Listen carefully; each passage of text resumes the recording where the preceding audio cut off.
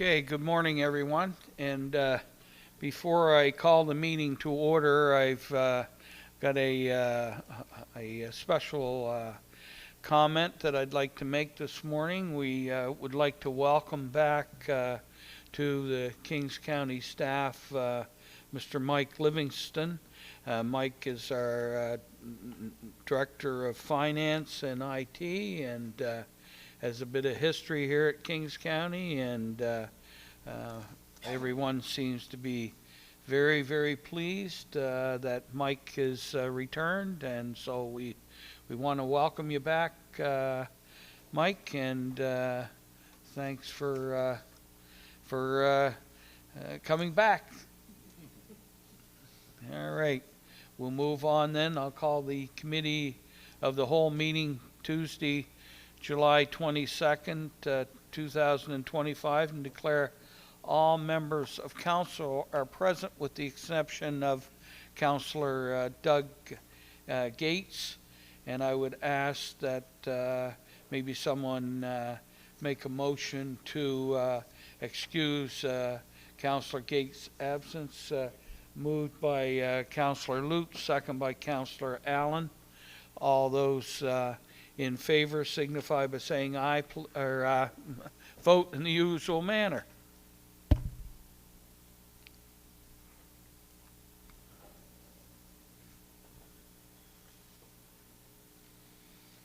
Okay, motion carried. And I also like to recognize our, I see our MLA Julie Van Axum, who comes to a lot of our meetings, has just arrived. Thanks, Julie. Always nice to have you here with us. Okay, we have an agenda in front of you. Can I have a mover and a seconder to approve the agenda? Moved by Councillor McPherson, second by Councillor Sappington. All those in favor or against, please vote in the usual manner.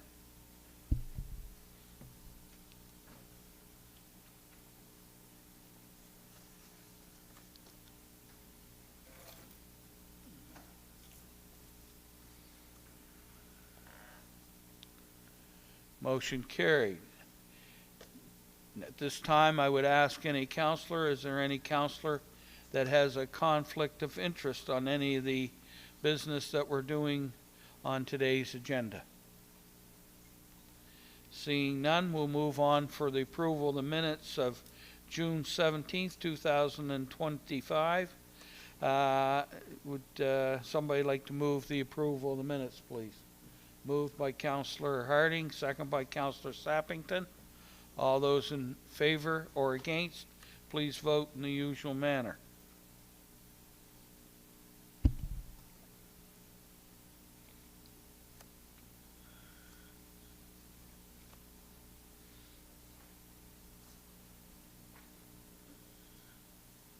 Motion carried. Business arising. Is there any councillor have any business arising from the minutes after you've went through them? No?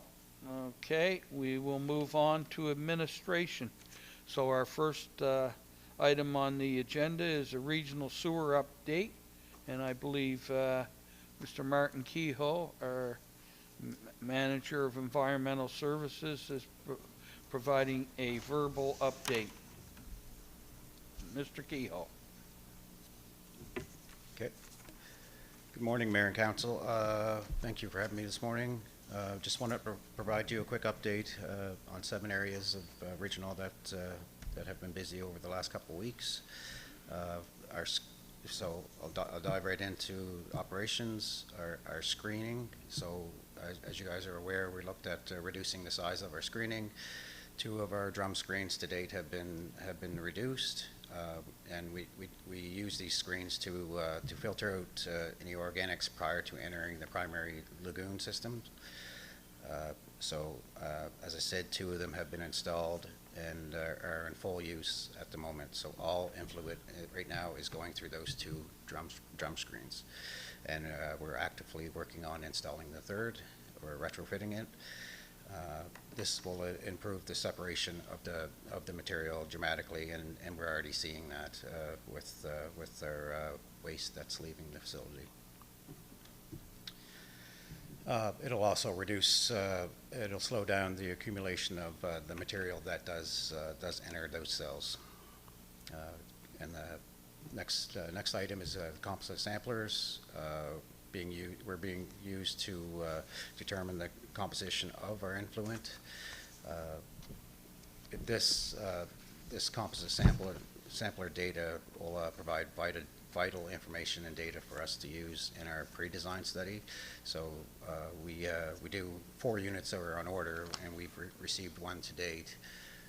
That first one will be installed at regional, so we can start collecting the information that we need to make, I guess, so that the pre-design can give us a recommendation on what technology to use when we do an upgrade. So where we're at with that is staff are actively working on installing that first unit this week. Fall desludge, we're still finalizing the contract for that desludging, so there's more to come there.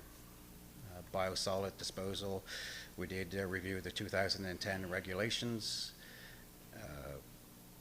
and municipal biosolids, we did find out that the municipal biosolids cannot be buried in the immediate area around the regional facility due to the fact that it is too close to Numinus's public drinking water system or supplies.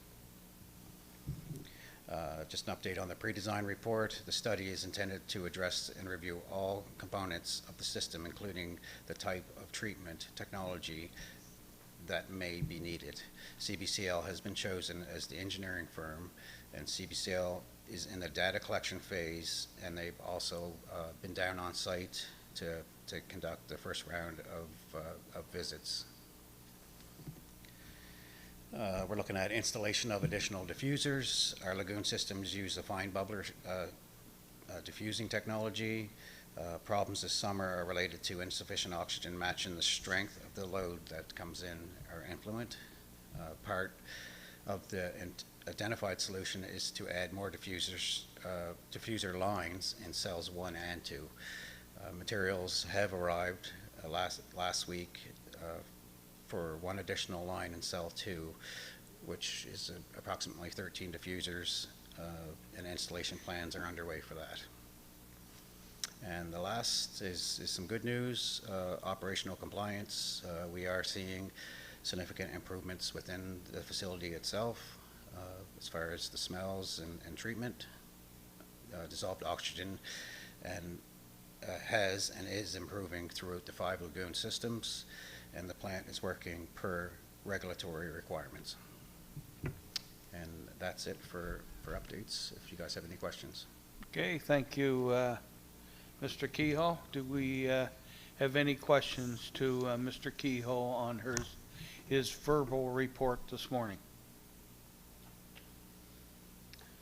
Well, I guess it must have been a good one because I don't see any lights on. Thank you, Martin, for the excellent report. Okay, so we have a motion for the committee to the whole to receive the information on the regional sewer update as provided verbally on today's date. Moved by Deputy Mayor Peckford, second by Councillor Hiltz. All those in favor or against, please vote in the usual manner.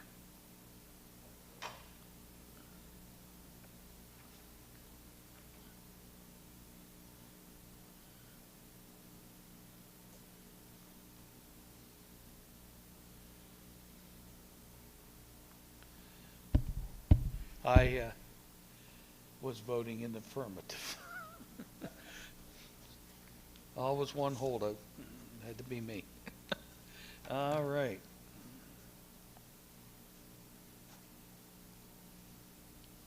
So now we'll move on to item 6B, which is a new policy, HR 06-024 pensions, and Vicki Brooke, our policy analysis, will be presenting. Good morning, Vicki. Good morning, Mr. Mayor, members of council. So this morning I'm presenting a new policy for the municipality, which is a policy on pensions. We are here today to seek a recommendation from committee that council provide notice to adopt this policy. To set a foundation, adoption of a pension policy is required by the Municipal Government Act in Section 45. This section of the Act is comprehensive. It's detailed on the first page of the request for decision. But in part, it requires that a pension be provided for full-time employees of the municipality and may be provided for some or all other employees. There is also an option in this section of the Act that pensions be provided for employees or members of a board, commission, or other body corporate, that are established by the municipality alone or jointly with other municipalities. Before delving into the contents of the policy, I will first highlight that the policy is not proposing any new pension provisions for employees. It's simply seeking to capture or formalize the current pension offerings. And so it's nothing new, it's just describing what we are doing and coming into compliance with the Municipal Government Act. To highlight some sections of the proposed policy, first, the policy applies to non-union employees of the municipality and identifies that unionized employees are to follow the collective agreement, which does have provisions to address pensions. The policy also addresses that participation in a pension plan may begin after 6 months of employment for permanent employees, so that is those working at least 17.5 hours per week. And for non-management employees, participation is mandatory. For management employees, participation is optional. Next, I'll highlight that the policy does provide an option to admit members to the pension plan who are members of a board, commission, or other body corporate established by the municipality or jointly with other municipalities. And so for council's awareness, there is one such organization which participates in the municipality's pension plan, which is Valley Waste. And finally, I'll point to the contribution thresholds. There is a minimum 8% contribution threshold for pensions. This applies to King's employees, whereas organizations external to King's can set the pension contributions for their members. So recognizing that there are different organizations that participate, they will determine their own eligibility of their members and the contributions of their members. There is also a requirement that any change to the contribution amounts be done in consultation with plan members, and it also may require approval of council if there are budget implications because the pension contributions are matched by the employer.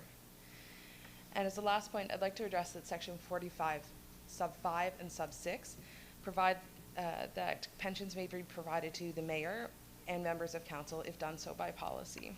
It has been the convention that members of King's Council have not received a pension for their time spent as elected officials. However, this may not always be the will of council.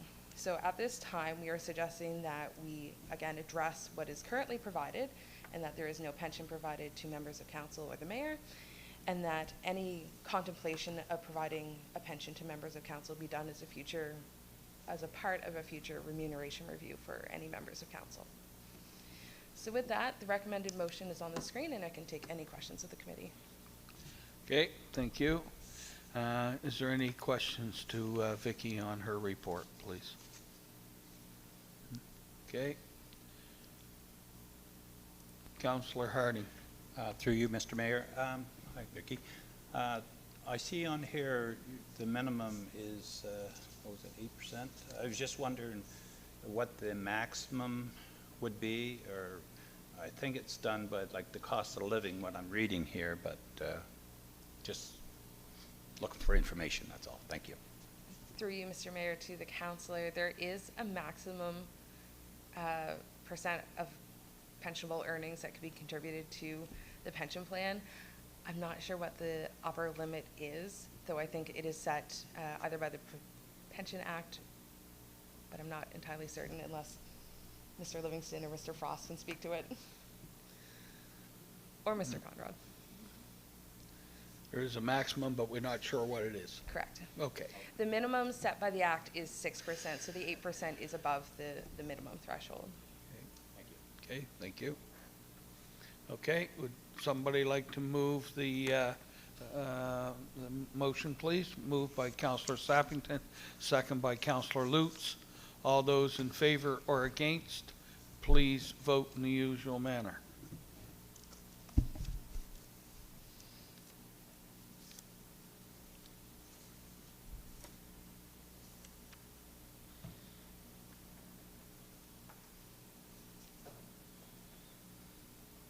Motion carried. Thank you, Vicky. And we'll move on to district meetings. And we have Lindsay Halliday, Community Engagement Specialist, presenting. Good morning, Lindsay. Morning. So today I am presenting district meetings. So the intent is to provide Committee of the Whole with information regarding the intention to host district meetings in each of the 9 districts beginning in the fall of 2025. And for Committee of the Whole to recommend that Municipal Council approve the district meetings as described in July 22nd request for decision. So some background information on district meetings. District meetings have been held in the municipality in 2019 and the last was in 2023. District meetings aim to strengthen the connection between residents and their elected officials through face-to-face conversation at a district level. So they provide opportunities for council and mayor to connect with people about strategic priorities, current and upcoming municipal projects, and an opportunity for the public to voice any concerns. These meetings are meant to create a low barrier local forum where residents can learn about projects and plans and ask questions themselves. They allow time for questions and input from community members, and there's a further opportunity for district meetings to discuss larger upcoming projects and a new strategic plan if it is approved. The hope is that feedback from these district meetings will allow community to feel more connected to their municipal government. And previous meetings have resulted in opportunities for the municipality to advocate on behalf of their citizens on actionable items like cell phone coverage and street lighting. So these meetings are used for information sharing, information gathering, and feedback on how people want to be communicated with. So the format for these meetings is that they would be held on a weekday evening. There will be one per district. The time and dates will be determined if approved. And the mayor and district councillor have the opportunity to share those municipal updates. There will be a timed question period and then a time to discuss future planning and how people prefer to be communicated with. The financial implications for this project. So the budget can be delivered within the current existing budget with an anticipated cost of between $250 and $500. The strategic alignment is good governance, so to develop and adopt community engagement strategies, which are touch points for us to talk to the community more. So for the implementation here, if approved, district meetings would be scheduled and advertised starting this month with a beginning time of September 2025 through to January 2026. And then in January and February, we would create a What We Heard report and action those items that came forward that we are able to assist with. For alternatives, Municipal Council may choose not to host these district meetings. And so finally, the recommendation is on the board there that Committee of the Whole recommend Municipal Council approve district meetings to initiate as described in July 22nd, 2025 request for decision. Okay. Any questions to Lindsay on her report?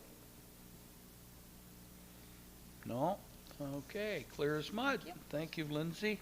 So we have a recommendation that the Committee of the Whole recommend Municipal Council approve the district meetings initiative as described July 22nd, 2025, and a request for a decision. Moved by Councillor Best, second by Councillor Hiltz. All those in favor or against, please vote in the usual manner.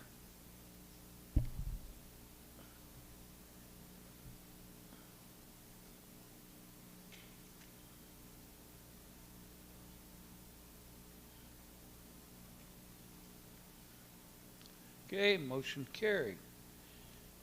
All right, proclamation number 6D for August 2025.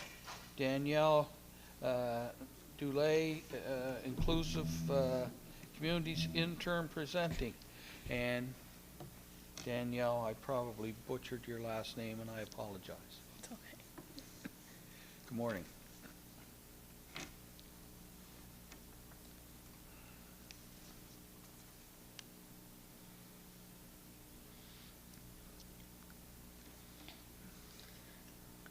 Good morning, Mayor and Council. My name is Danielle Dulay, and I am the Diversity Team's Inclusive Communities intern for the summer.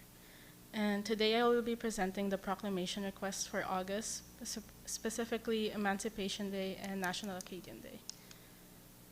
So this request is keeping with the goals and actions set out in the Strategy for Belonging under the pillar of cultural celebration and reflection of diversity. Acknowledging a diverse calendar of significant dates helps us build strong communities where all people belong. The intent is to present the proclamation request to Committee of the Whole for consideration and recommendation to Municipal Council for adoption. For the first proclamation request, August 1st marks Emancipation Day, a day to honor the memory of ancestors who endured more than 250 years of enslavement.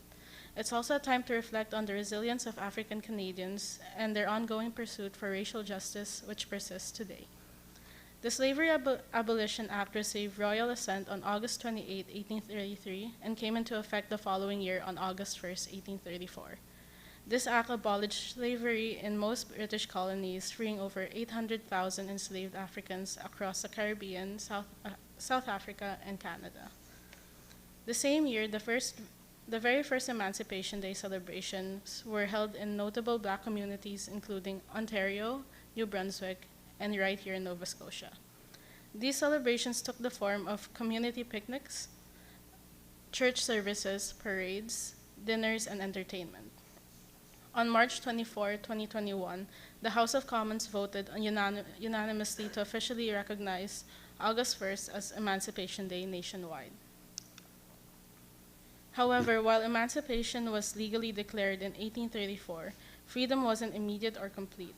Only children under 6 were fully freed, while everyone over that age was forced to continue working 40 hours a week without pay under the guise of being apprentices, as part of their quote, compensation payment to their former owners.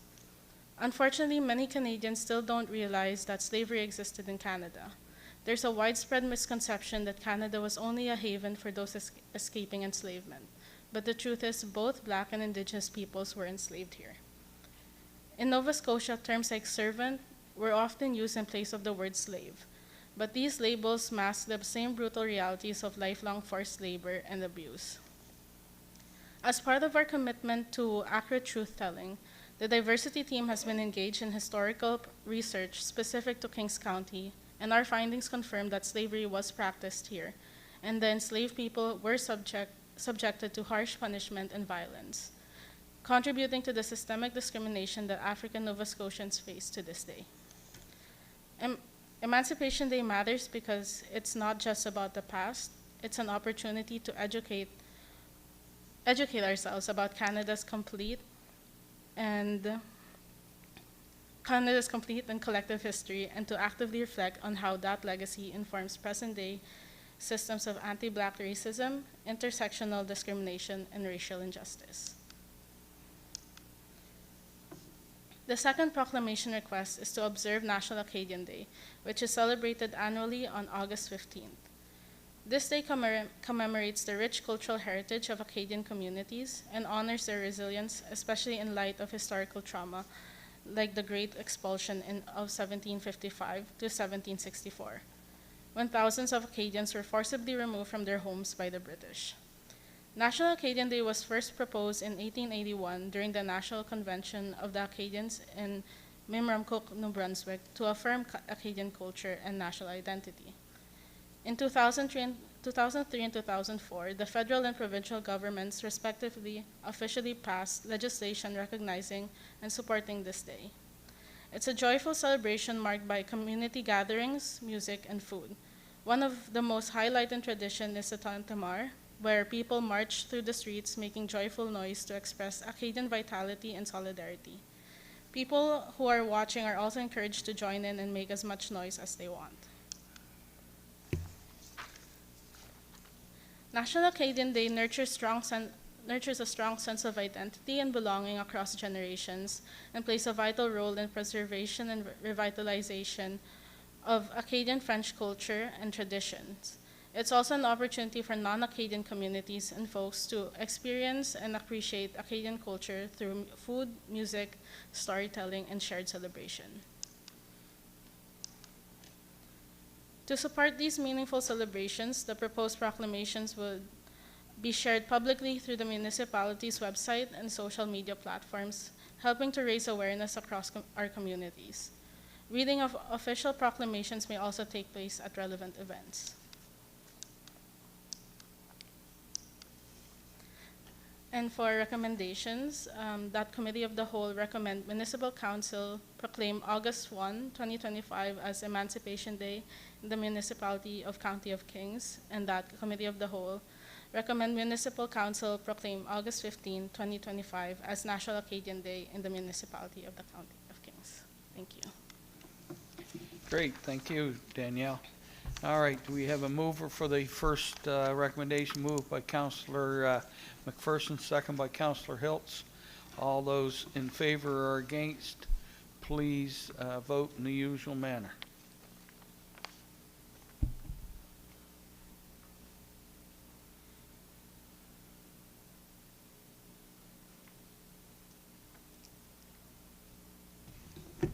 Okay, motion carried. Now, do we have a mover for the second recommendation? Moved by Councillor Lutz, second by Councillor Harding. All those in favor or against, please vote in the usual manner.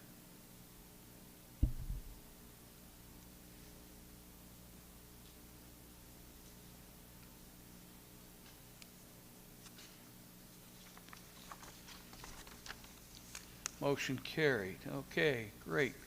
We'll move on now to new policy admin 01-025 land acknowledgement. Chelsea Klein. I'm having trouble with these names this morning. Deters? Charissa Klein-Dieters. Okay, Charissa Klein, and the last is Klein-Dieters is the last name. Klein Deers. Okay, sorry about that. That's okay. Diversity specialist, so we'll go for it. Thank you. Good morning. I'm here to present a draft land acknowledgement policy for your consideration. This work is the result of a great deal of collaboration within the diversity team over the last 2 years. So I want to give credit and thanks to Grayson Parker, Lucia Fori, Samuel Lopez Matos, Danielle Dulai, and Brittany Trainer for their contributions. But most importantly, I want to thank the greater community throughout Kings for encouraging this work. The strategy for belonging includes, under the pillar for truth, awareness, and advocacy, the following action. Develop and propose a policy including meaningful mechanisms by which the municipality can make actionable land and territorial acknowledgement addressing we are in Mi'kma'ki.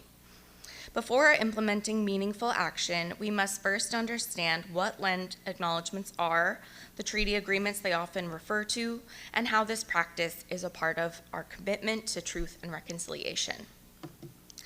So a land acknowledgement is a formal statement recognizing the past, present, and future stewards of the land, in this case, the Mi'kmaq peoples.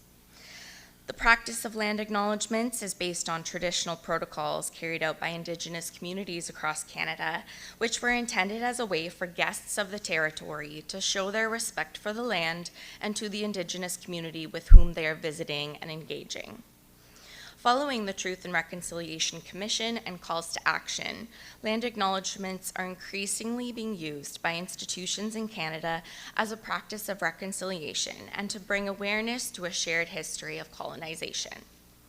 The peace and friendship treaties were signed over a period from 1725 to 1779 to guide the relationships between non-Indigenous people, particularly the Crown, meaning government, and the Mi'kmaq in this region.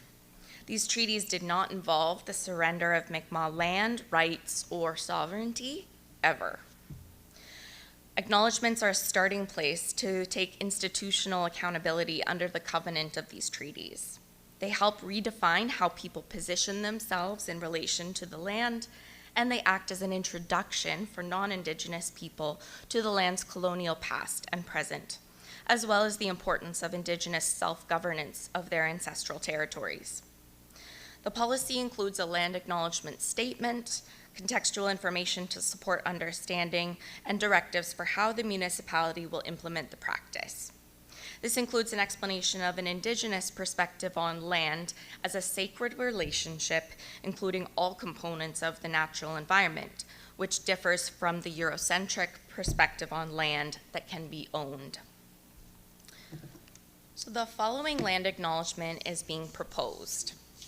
The municipality of the County of Kings is in Mi'kma'ki, the ancestral, unceded, and current territory of the Mi'kmaq peoples. The municipality of the County of Kings is a neighbor to Annapolis Valley First Nation and Glooscap First Nation, as well as a diverse urban and rural Indigenous population. We are all treaty people and commit to upholding the peace and friendship treaties and working towards reconciliation in all areas of the municipality. This policy is the result of research on best practices, local history, and Indigenous ways of knowing. We consulted subject matter experts who provided feedback on both the language and proposed approach to this practice. And consultation with Indigenous communities began through the engagement period that informed the strategy for belonging, which identified relevant actions that are specific to our regional context and reflect the municipality's ongoing commitment to build meaningful and respectful relationships with Indigenous communities.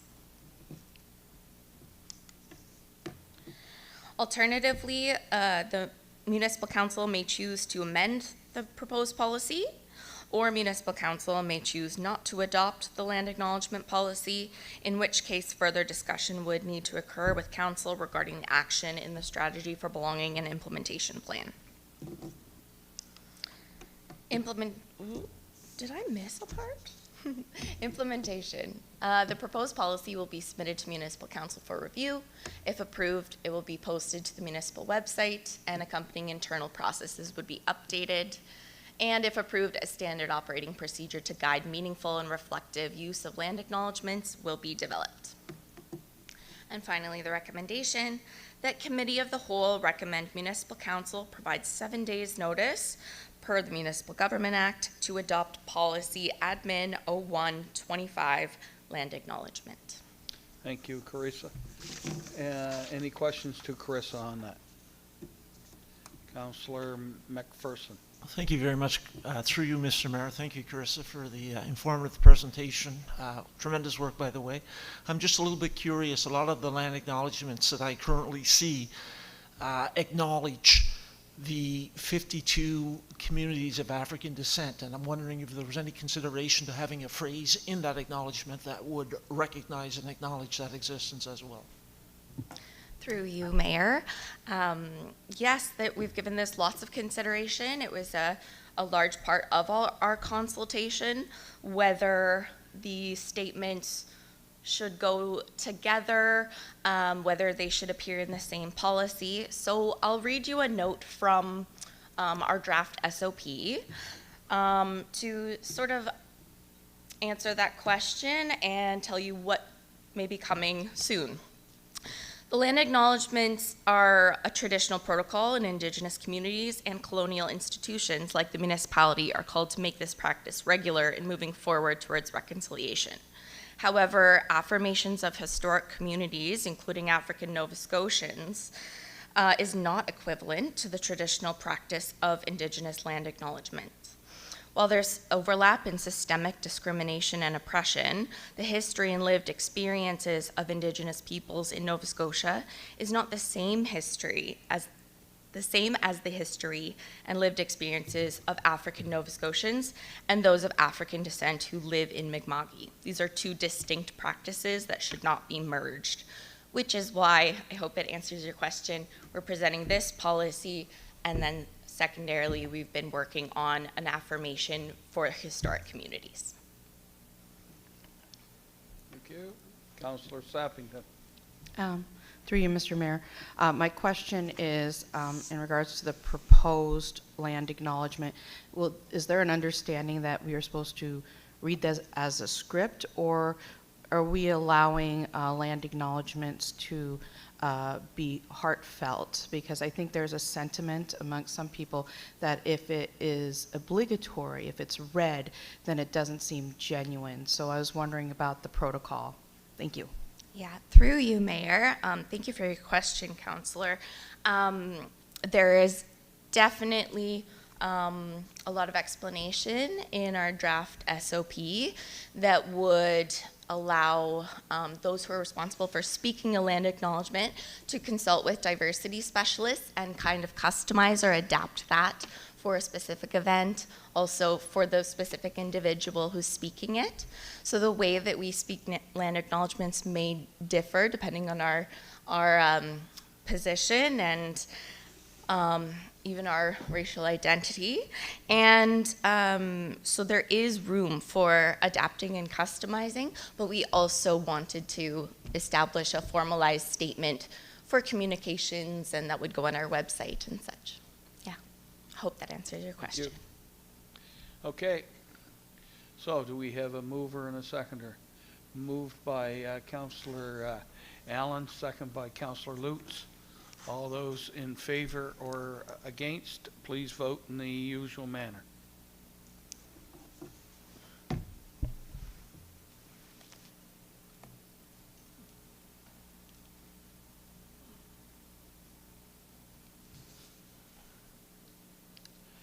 Okay, motion carried.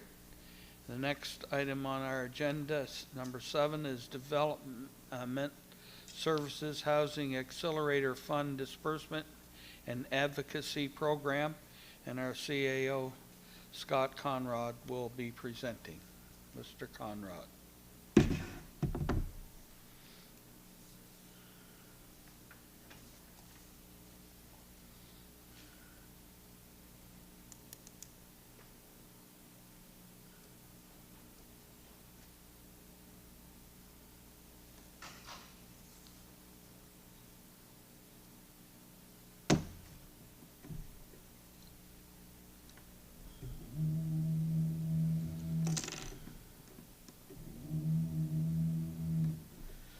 Good morning. Thank you, Mr. Mayor. As the Mayor indicated, I'm going to be presenting on this Housing Accelerator Fund Disbursement and Advocacy Program. I'll say off the top, this has kind of been a shared development exercise among Director Javerick and Manager Burgess and myself. So you have the misfortune of me being their representative here this morning. A couple of other introductory remarks. One would be that this, as you'll recall from some prior briefings, is primarily about how we manage the outflow of almost $6 million in CMHC money on housing acceleration, and that in large part is or relates to a February 2028 sunset requirement of CMHC, meaning that all of the initiatives that we undertake have to be out and fully claimed by that date. So there are certain elements that I'm going to present here this morning that require some follow-up. If there's something of substantive nature, that will trigger a supplemental report that'll come back to council. But at this point in time, we're really trying to get the program out and rolling because of construction seasons and that ultimate February 2028 sunset requirement.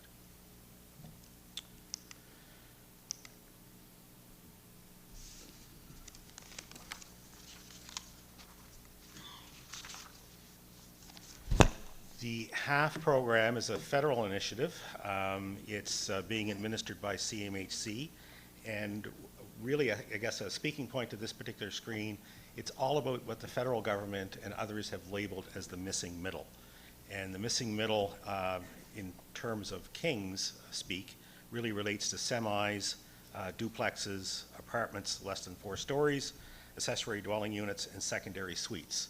So basically, a lot of things that are greater than 1 unit. So that's what the money is intended to do. We're allowed to spend up to 20% on a cap. So you'll recall from prior initiatives, there is money set aside to hire a dedicated staff person to administer this $6 million program for the life of the program. So that position would be contracted to February of 2028. It also involves new software platforms so that our developers and builders have they can more readily access the system in terms of filing through a portal. So that system is now being rolled, or it's in conversion stage. So we're allowed to spend 20% on that cap.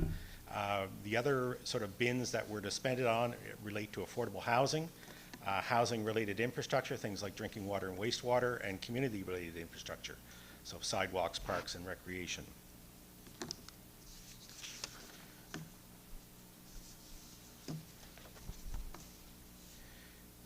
There are 4 proposed streams that we are putting in front of you this morning for your consideration on how we would outflow the funds.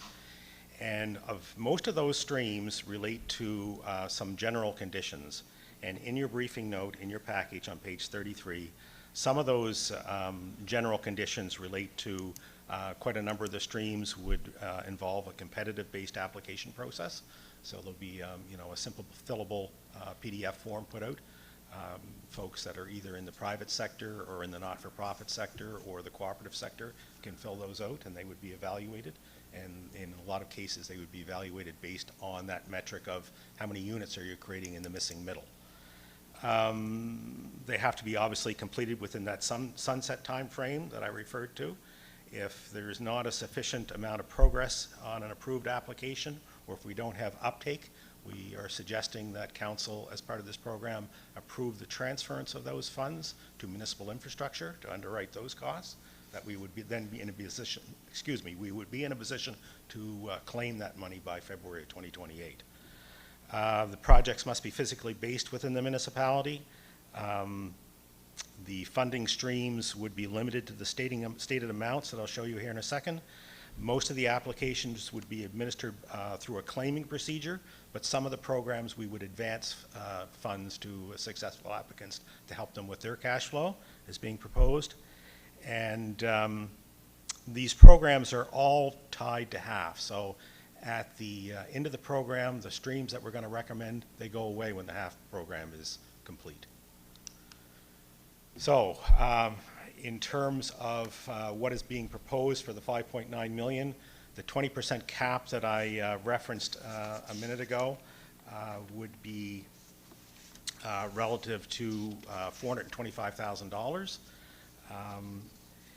The streams that are referenced here is non-repayable contributions to the not-for-profit and cooperative sectors, $250,000. So we're proposing here that an intake be put out until the end of the calendar year. The deadline for substantial completion in that stream would be December of 2026. And it's intended to decrease the amount of debt that in favor of this third-party grant or equity to lower the cost to affordability cost to tenants or create additional units. So it's really about substituting what an organization may be incurring on debt, lessening their debt load to stimulate more units or a lower rent cost. And when we're saying affordability, you'll note here on page 34 of your package, so in Canada, housing is considered affordable if it costs less than 30% of a household's before tax income. So we're following CMHC guidelines. This in effect, HAFT is a CMHC program. The second tranche of money, municipal infrastructure design in Kingston. So this is for a specific project in the village of Kingston that relates to the village-owned wastewater infrastructure. So we had met with village representatives from the commission and staff. The deputy mayor was the district council in attendance with us, and discussed the fact that really there's a lot of growth in that area and really need to determine if the footprint is adequate for that technology that they have with the wastewater plant, and if there needs to be any change in footprint or change in technology, what capacity they're at, that type of thing. And that's on the treatment side. A similar undertaking would be with the on the collection side. A second initiative under this is that's the design for Kingston for municipal infrastructure in Greenwood. We're suggesting that 3.8 million of the 5.9 million be used as a funding stream. It's permissible under Treasury Board rules. It can be combined with other federal money. This does not appear to be an issue. And what we're proposing to do in the Greenwood area, there's 5 kilometers of transmission line that'll start installation this fall, and there's additionally, we've just gone out and received tenders for the construction of a new water treatment plant. Traditionally, projects of that scale attract federal and provincial funding. We've only been able to attract $1 million in one program, and the second program was 40% of the total. So the 3.8 is a recognition to bring it up to 66% of the funding from other sources. So that would then, of course, have an impact or reduce the amount of rates for the present day consumers of that utility, water. And there's also significant infill potential along those lines. So it kind of does 2 things, the 3.8. It treats them equitably, as other projects have been with other funding program, in terms of the rates, and also hopefully will be a good stimulus for infill development along the line coming into Greenwood. I will note here that, an obvious question, I'm trying to get in front of you here a bit, would be what about other projects? So you heard Mr. Kehoe talk this morning about where we are with the pre-design report for regional. So that is an intensive report that won't be ready until the new year, and it's a pre-design report, so there's no question that there's going to be significant effort required in New Minas in the regional system. We're just not at the point, and we don't feel we'd be able to meet that February 2028 sunset requirement under this program. In terms of private sector applications, so this is the $1.1 million. There's 2 tranches here that we're recommending. Simply, if I summarize what you see here on page 35 of your report, one relate to the private sector coming in and asking the municipality to extend what I'm phrasing here as a trunk line. So we would come up the shoulder in a right-of-way on a provincial road, for example, and extend that trunk line to either start a new development or to expand an existing as another phase of an existing development. And the second tranche would relate to a developer's proposal for the municipality to become involved through half in distribution and collection lines and a road. So in that particular case, it's more of a cash flow where the burden would not be on the developer. The municipality, under a separate legal contract with that developer, would put that infrastructure in, and the developer then would return that money based on the occupancy permits that were released in that development. So that's one that we need to follow up with CMHC to make sure that we have their approval, because it's a bit of a novel approach in terms of it being a revolving fund. So those applications, again, would be based on the scale of the proposed missing middle development, the timing and completion of the construction, and that return on the half investment. The next one is a permitting and connection fees. So prior to today, you had previously approved the waiver of building permit and solar and sewer connection fees during the half term. We're now proposing to you that we would enhance that and cover the fees during the half term that are applied to developers who are doing 6 or more units at a time. So there's a bit of a delta, a bit of an increase in that particular program.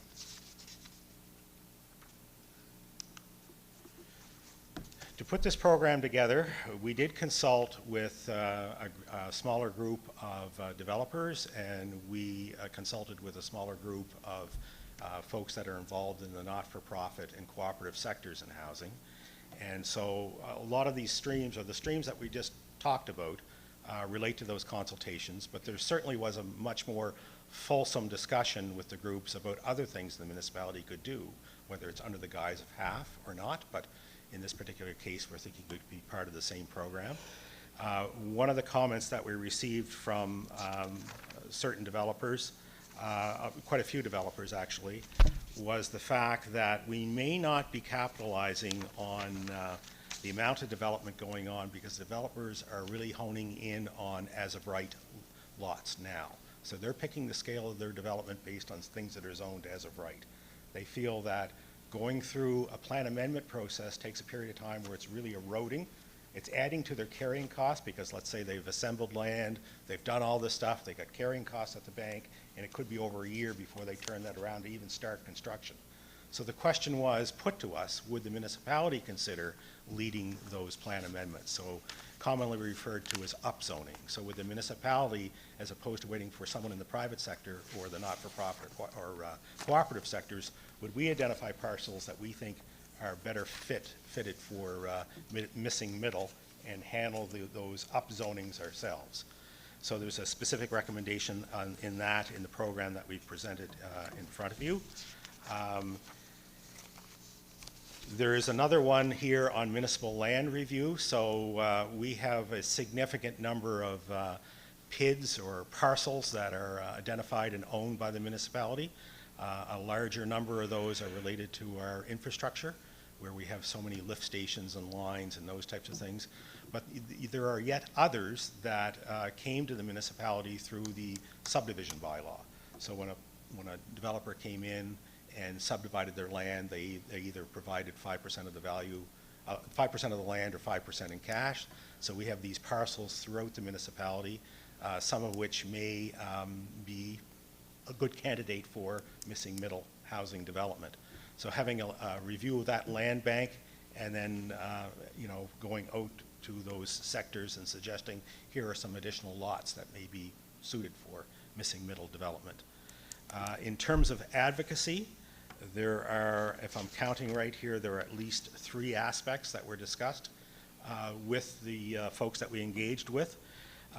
The first one relates to a proposed amendment to the Provincial Assessment Act. So obviously that's in the purview of the province of Nova Scotia. So in this case, Municipal Council would be an advocate for a change or would advocate for a change.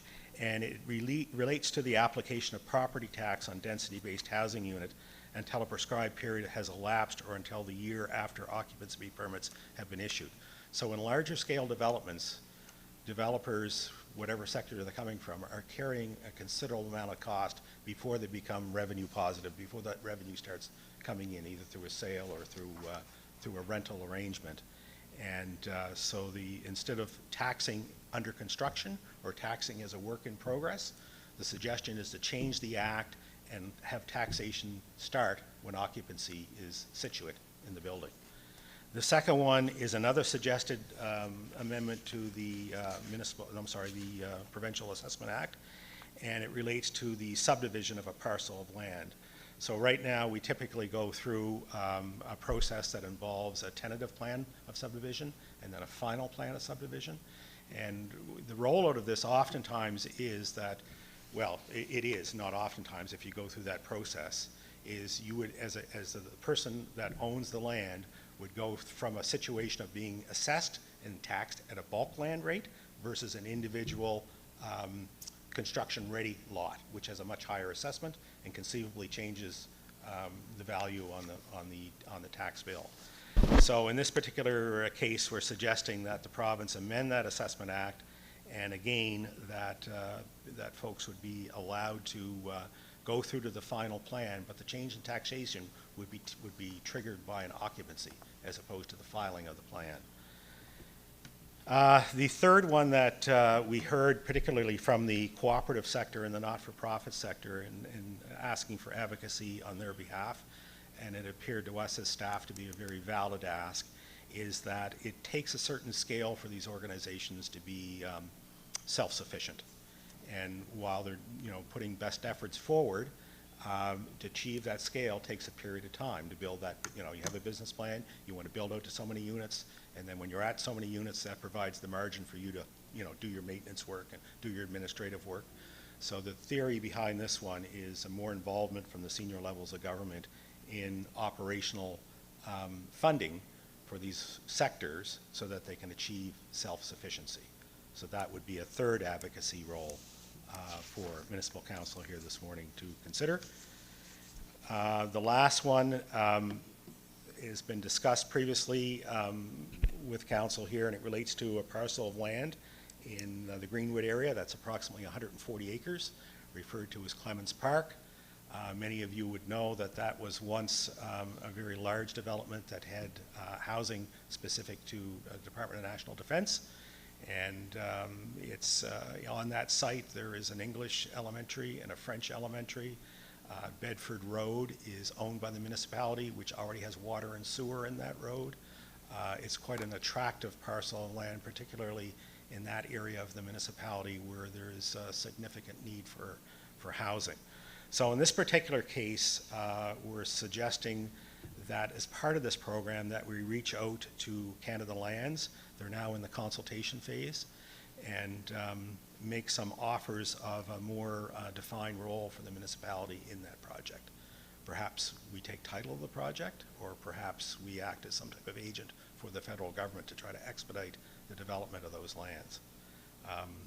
So that's another one for you. There's nothing in the $6 million for that presently, but it's something for your consideration of what you would like to see as part of the HAF report.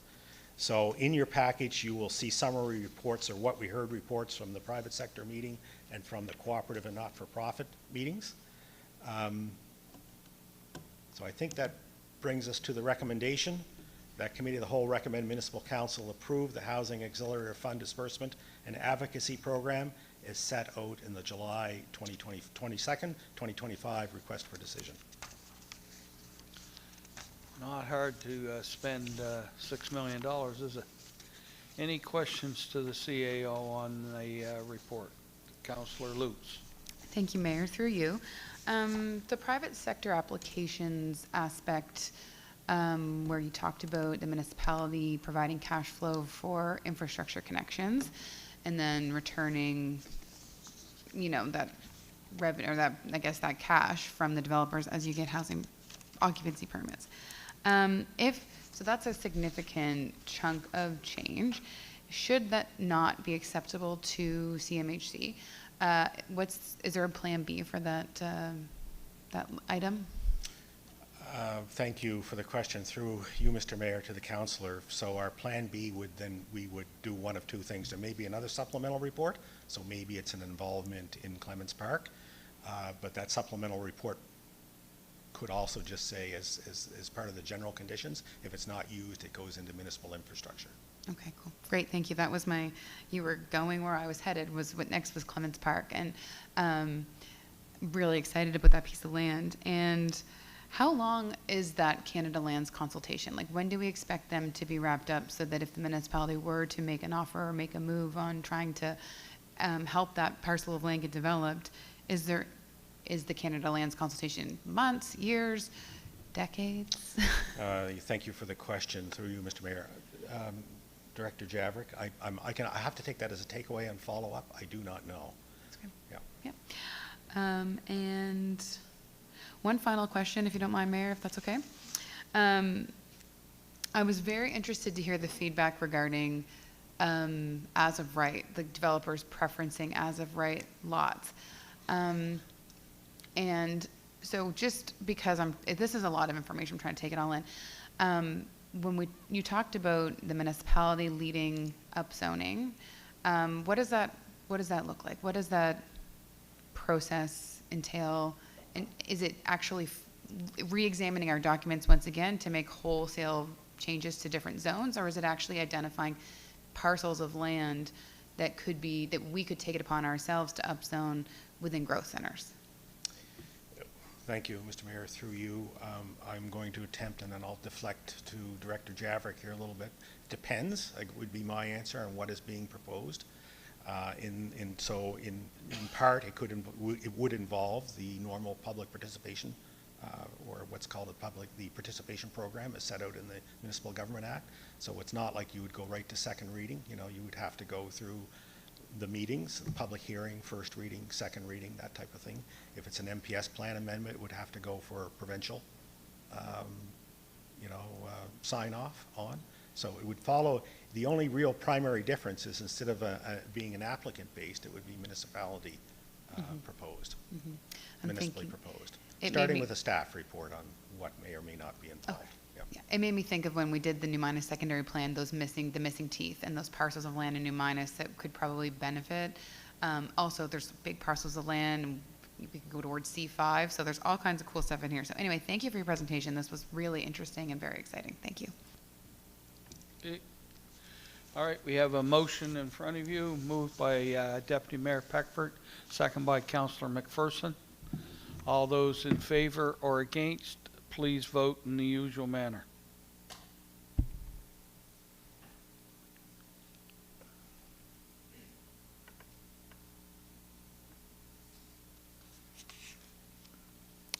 Thank you, Mr. CAO. Motion carried. And we'll move on then to financial services. Guaranteed resolution for Valley Regional Solid Waste Resource Management. Scott McKay, Manager of Revenue, will be presenting. Mr. McKay, welcome.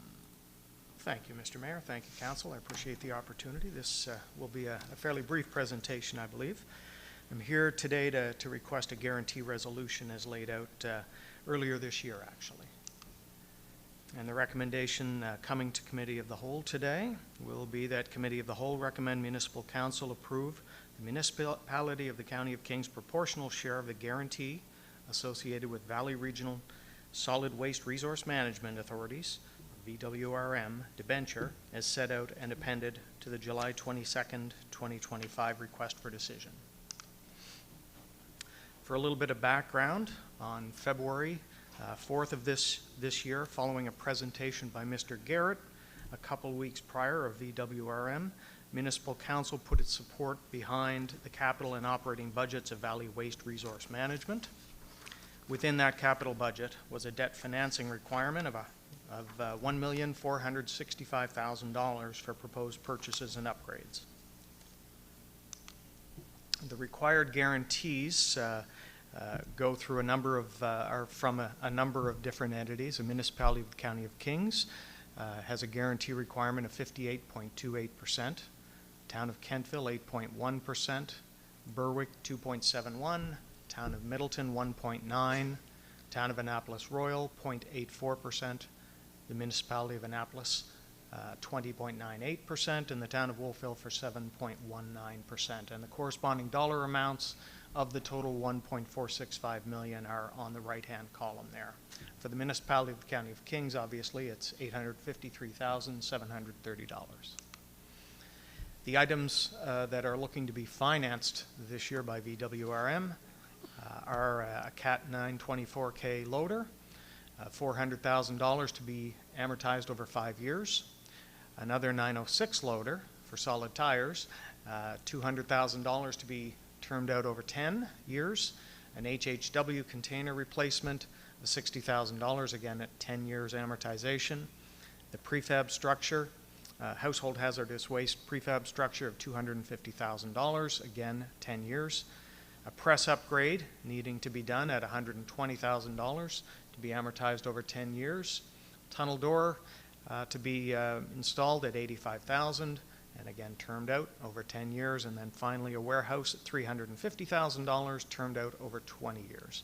So again, the total required financing is $1.465 million, and the recommendation behind that is that Committee of the Whole recommend Municipal Council approve the municipality of the County of Kings proportional share of the guarantee associated with the Valley Region Solid Waste Resource Management Authorities debenture as set out and appended to the July 22nd, 2025 request for decision. Thank you, Mr. McKay. Any questions to Mr. McKay on his report? Okay, we have a mover and a seconder for that motion, please. Moved by Councillor Allen, second by Councillor Lutz. All those in favor or against, please vote in the usual manner.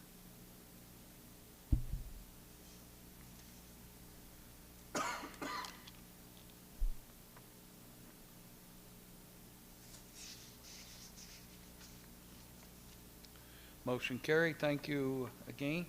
We'll move on to board and committee reports, and our first one, 9A, the report was submitted by Councillor Sappington. Do you have anything to add to your report, Councillor? No? All right. Would you like to move receipt of your report then, please? Moved by Councillor Sappington, second by Councillor McPherson. All those in favor or against, please vote in the usual manner.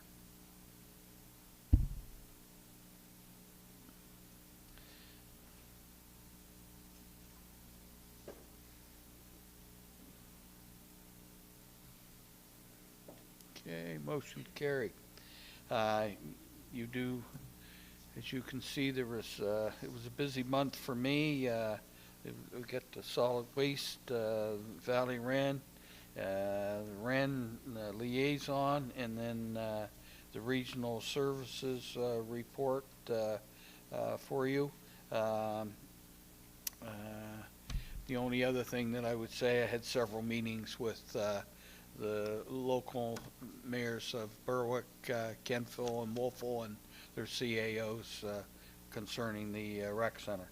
Anyway, if there's any question on any of my reports, I would be happy to try to answer them.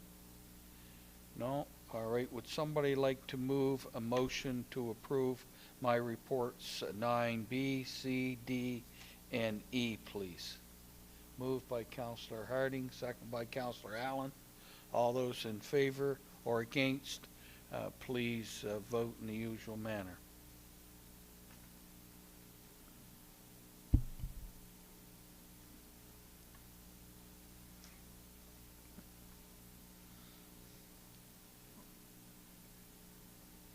Motion carried. Thank you. Now, committees of council. Is there any verbal reports for committees of council? No. All right. We'll move on to external boards and committees. Is there any verbal reports from any external boards or committees? Okay. We'll move on then to item 10, Regional Rec Center engagement. I believe Councillor Best has a motion that he wants to put forward. Councillor Best. Well, I guess, Mr. Mayor, I can go back to look at the district meetings. I think we already passed the district meeting, so I can say that as long as we have these district meetings, that'd be the same thing that I'm talking about to bring up. So you're not. So well, I can still bring it forward, but you don't know. You don't have to if you're happy that we're going to have district meetings. Well, that's what it's all about. And then the rec center can be discussed at those district meetings. Sure, I think that's Okay. yeah, I think that's great. All right, so that's good. New under other business. Is there any other business coming to committee of the whole? No. Okay. Comments from the public. At this time, I would entertain any member of public that would like to come forward to the podium. They would be entitled to 2 minutes, and we would ask you to state your name and your address, please.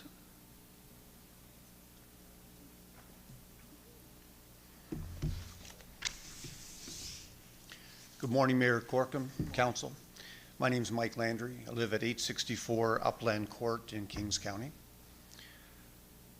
I'm here representing the Kings County Recreation Forward Society and looking at the idea that we are in favor of the practice of transparency and certainly public voices being heard when it comes to projects of any size, regardless of cost, because we feel it is a need to hear the voices of Kings County. However, with the project of building a proposed multi-purpose recreation center, I just want to emphasize on behalf of the society that we feel the homework has been done, due diligence has happened, open meetings held, surveys taken, strong online social presence and feasibility surveys, have been conducted over the last 4 years. Consultation, public municipal governments have been consulted as well, and focus groups with various groups within Kings County have been held. Over 1,200 citizens of Kings County are active registrants within our society and certainly have a voice there on a daily, hourly, minute-by-minute basis, it seems. There's been tremendous work done by so many over the last 4+ years regarding the establishment and building of this multi-purpose recreation facility. It's time to move forward, just as smaller communities such as Liverpool, Bridgewater, Yarmouth, Truro, Pictou have in support of the building and enjoyment of like facilities in their areas and in support of their citizens. We encourage council to vote against the request of additional community meetings, not to deter from the district meetings. We see completely the belief there and understand it and agree with it. it is felt that it will only result in causing unnecessary delays to a project that needs to move forward, and we feel that that onus has been met currently. Thanks very much.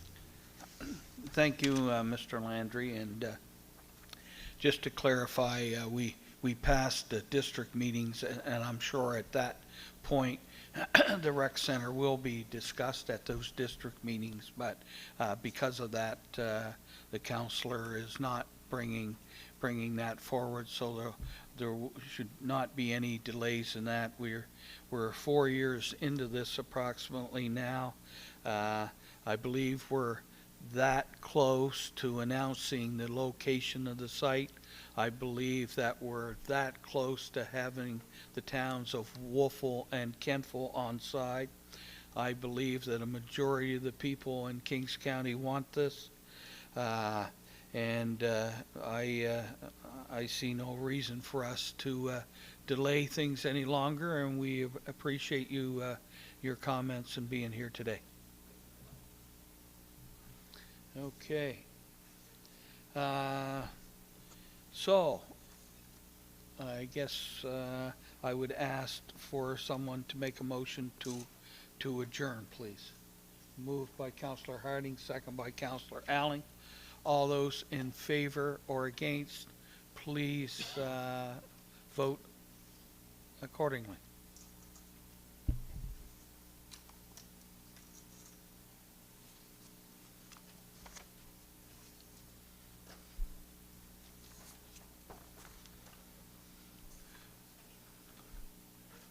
Okay, Bob, your vote? Yes, I voted for it. Okay, Councillor Best voted for it. Okay, motion carried. So at this time, I would declare a 10-minute recess before we start our next special council meeting.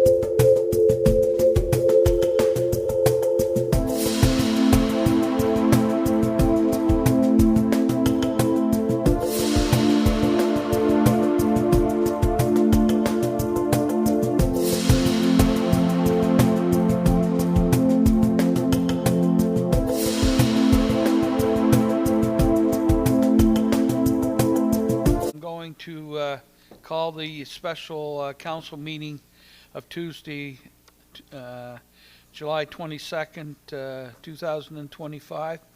And I would declare again that all the members of council, which, with the exception of Councillor Gates, who sent his regrets, who is attending a funeral. So I'd ask for a motion to excuse Councillor Gates. Moved by Councillor Best, second by Councillor Lutz.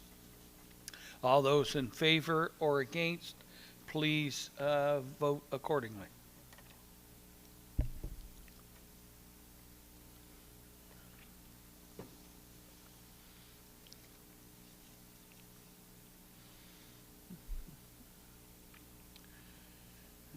Okay, motion carried. Approval of the agenda. Would somebody like to move the approval of the agenda, please? Moved by Councillor McPherson, second by Councillor Allen. All those in favor or against, please vote accordingly.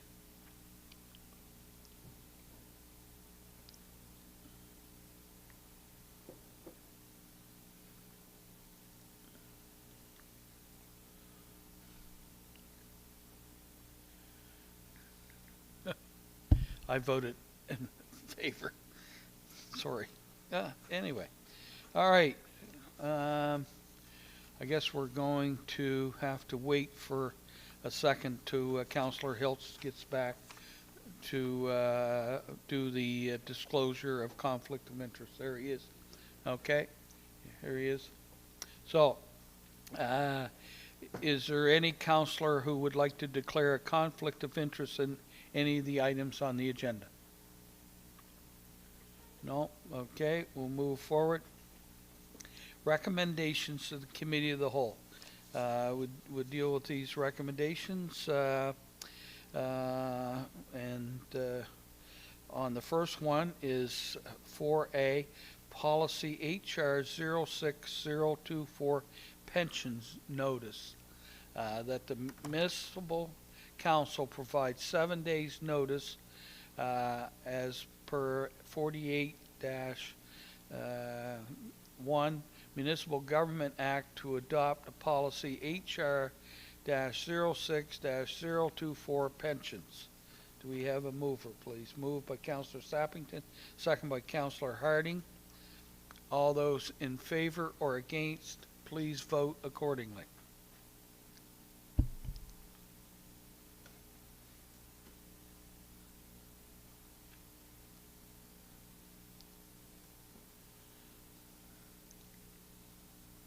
Motion carried. Next one is district meetings. That the Municipal Council approve the district meetings initiative as described in July 22nd, 2025 request for decision. Do we have a mover? Deputy Mayor Peckford, second by Councillor Best. All those in favor or against, please vote accordingly.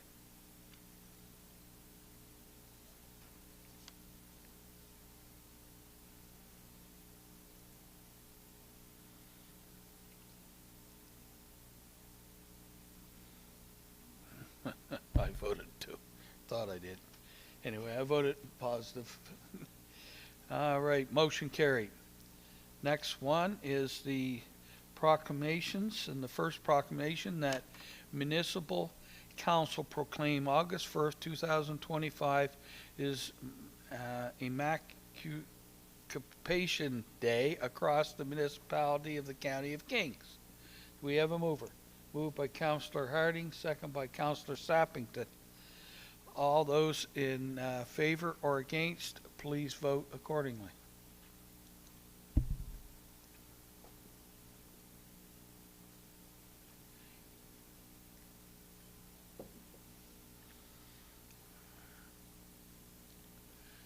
All right, motion carried. The second one is that Municipal Council proclaim August 15th, 2025 as National Acadian Day across the municipality of the County of Kings. So I have a mover. Moved by Councillor Lutz, second by Councillor Sappington. All those in favor or against, please vote accordingly.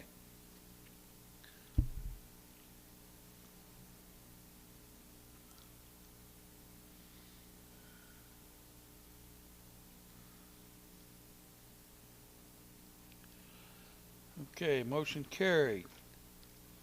Move on to 4D. New policy Min 01025 land acknowledgement notice that the municipal council provides 7 days notice as per 48-1 Municipal Government Act to adopt policy admin -01-025 land acknowledgement. Moved by Councillor Sappington, second by Councillor Lutz. All those in favor or against, please vote accordingly.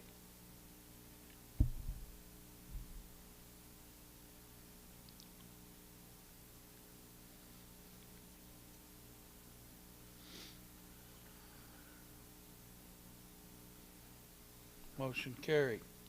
Housing Accelerator Fund Disbursement and Advocacy Program. That municipal government approved Housing Accelerator Fund Disbursement and Advocacy Program as set out in July 22nd, 2025. Request for decision moved by Councillor McPherson, second by Deputy Mayor Peckford. All those in favor or against, please vote accordingly.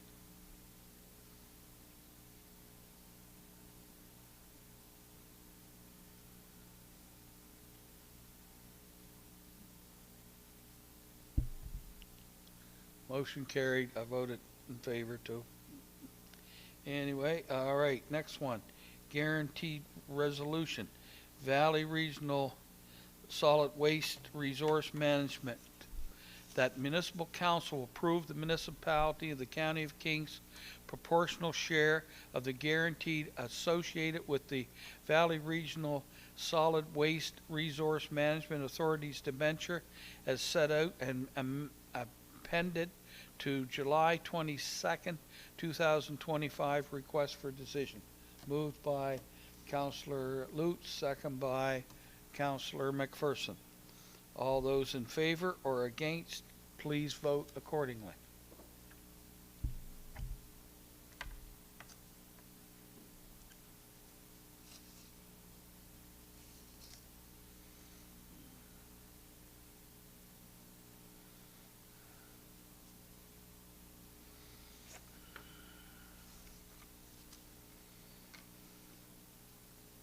Motion carried. We did not have a motion on 4G, so we'll move on to item 5, comments from the public.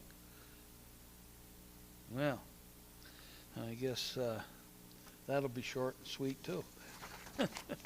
All right, we'll move on. So I need a motion for us to go into a closed session, and we will not be returning to council meeting. So moved by Councillor Sappington, second by Councillor Hiltz. All those in favor or against, please vote accordingly.